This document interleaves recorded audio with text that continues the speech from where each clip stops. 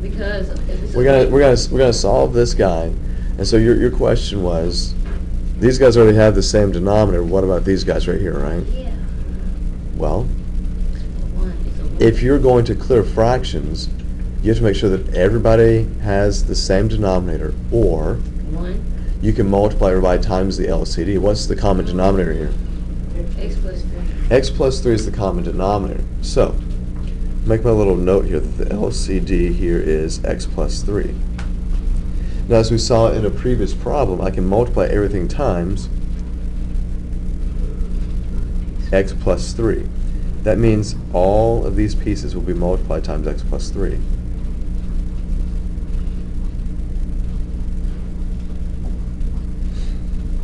Did I multiply everybody times the same amount? Yes.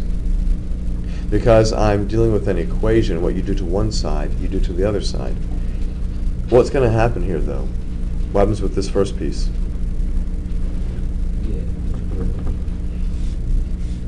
I get x squared plus 3x, right? But then what happens? What happens here? Those x's don't go out, and it's just 6. Right? The x plus 3's will reduce away. I'm not going to multiply out that 6 because those guys cancel.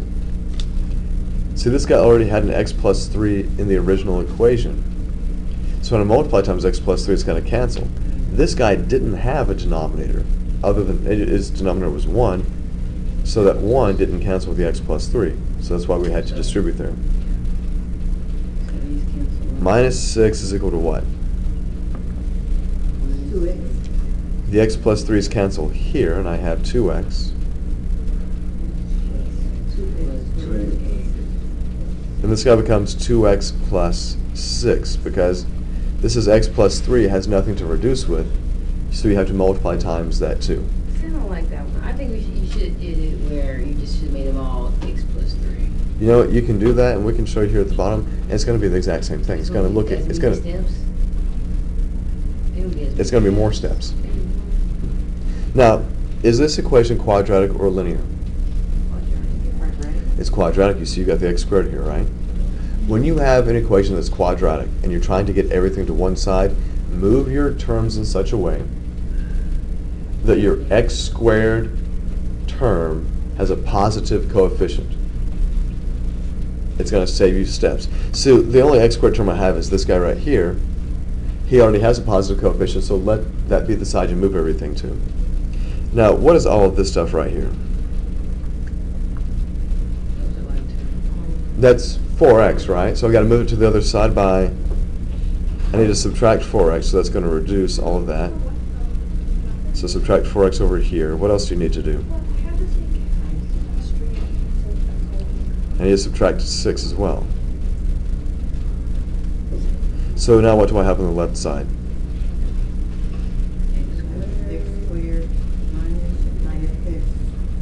X squared minus x minus 12 equals 0. So now I'm using the zero factor theorem.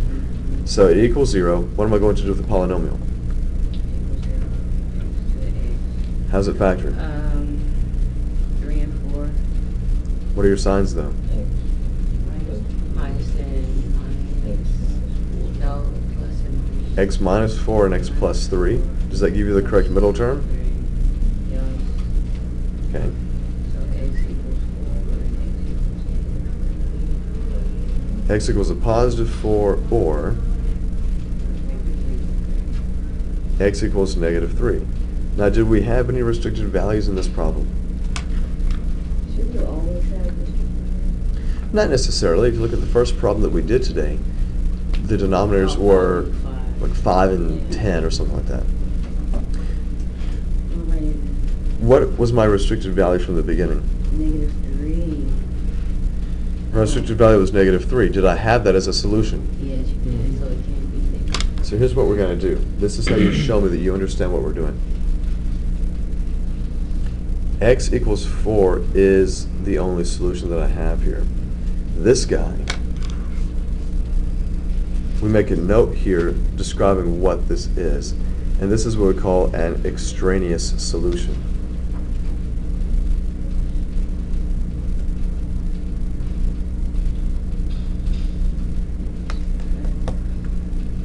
Now, here's what we mean by an extraneous solution. It looks like we legitimately came up with this guy as a solution, but we were working with certain assumptions at the very beginning. The assumptions were that this equation is true to begin with, and that we can multiply both sides by the same number, right? Isn't that what we did before? You can multiply or divide both sides by the same number? There's a catch to that, though. You can't multiply and divide by just any number. What's one number that you can't multiply times or divide by?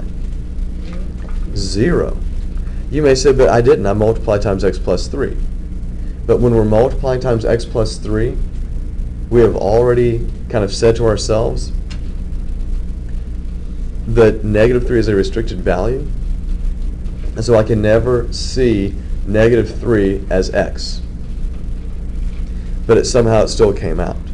If you tried checking this guy, x equals negative 3, you would end up with expressions that were undefined and it would not check out. So you always have to make sure that your solutions are not restricted values in hiding. Okay? Because what you see sometimes here that you only have one solution that works. The last problem, or we've had problems before where 2 solutions have worked. Right? Do we not do that? Yeah. So you always have to check against your restricted values.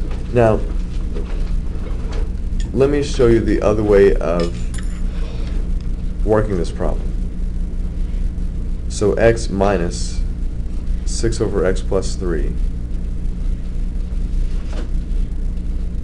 equals 2x over x plus 3 plus 2. Now the other way is not to multiply times the LCD, but to get everybody to have that common denominator. So this is 2 over 1, and that's x over 1. The LCD is still x plus 3. So this guy is missing the factor of x plus 3. So you put that in the numerator and denominator. Same thing for this guy. He's missing x plus 3. Okay. Does everybody have the same denominator? So since everybody has the same denominator, you would end up with x squared plus 3x minus 6 equals 2x plus, and this guy is 2x plus 6. And you see that's the same thing that I have right here. So it doesn't matter which way you go about clearing your fractions, but you just have to make sure you clear your fractions. Okay. Any questions about that?